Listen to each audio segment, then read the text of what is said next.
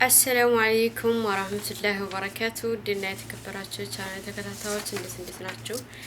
እኔ ሰላም ነኝ አልሐምዱሊላህ ረብል ዓለሚን። ዛሬ አጠር ያለች ግጥም ይዤላችሁ ቀርቤያለሁ። የግጥሙ ርዕስ አባትና ልጅ። በጣም ያሳዘነኝ መስማት የከበደኝ አባት ልጁን ወዶ ስትል ጀነጀነኝ። ይህ ሳይሰማ በጣሙን ከበደኝ። ሰው ነው የከፋው ወይ ዘመኑ ነው? እኔስ ግራ ገባኝ ብዬ የምናገረው። ስልጣኔ ብለው አርገውት አጀንዳ ሁሉም ሰው ሊሰማው አንድም የለው ፋይዳ። ፍርድ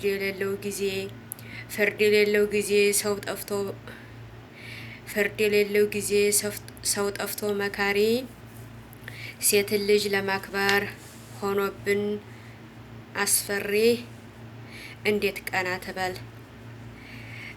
ቀና ትበል ሁሉም ነው ደፋሪ።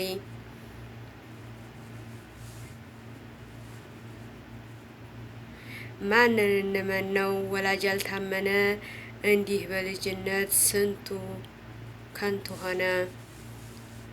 በቤት ውስጥ አጥምዶ ስትወጣ ስትገባ የዚህ የከፋ ነው አይሻል ከባዳ። ያበርታሽ ፈጣሪ ሌላ ምን እላለሁ? አላህ በረህመቱ ያግዝሽ እላለሁ። ፍትህ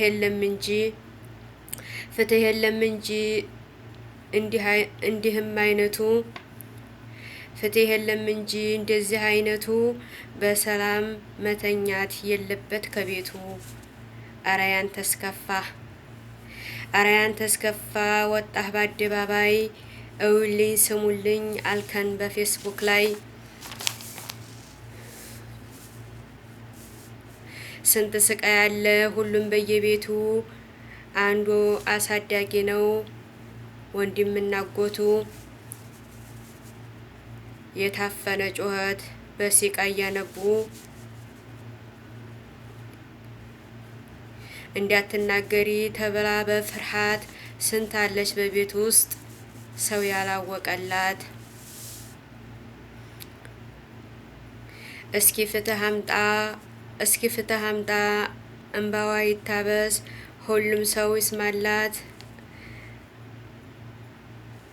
ሁሉም ሰው ይስማላት እንባዋ ይታበስ። ሆና በሽተኛ በልጅ አእምሮዋ ሰው ሁሉ አረመኔ ከቧት በዙሪያዋ። አይዞሽ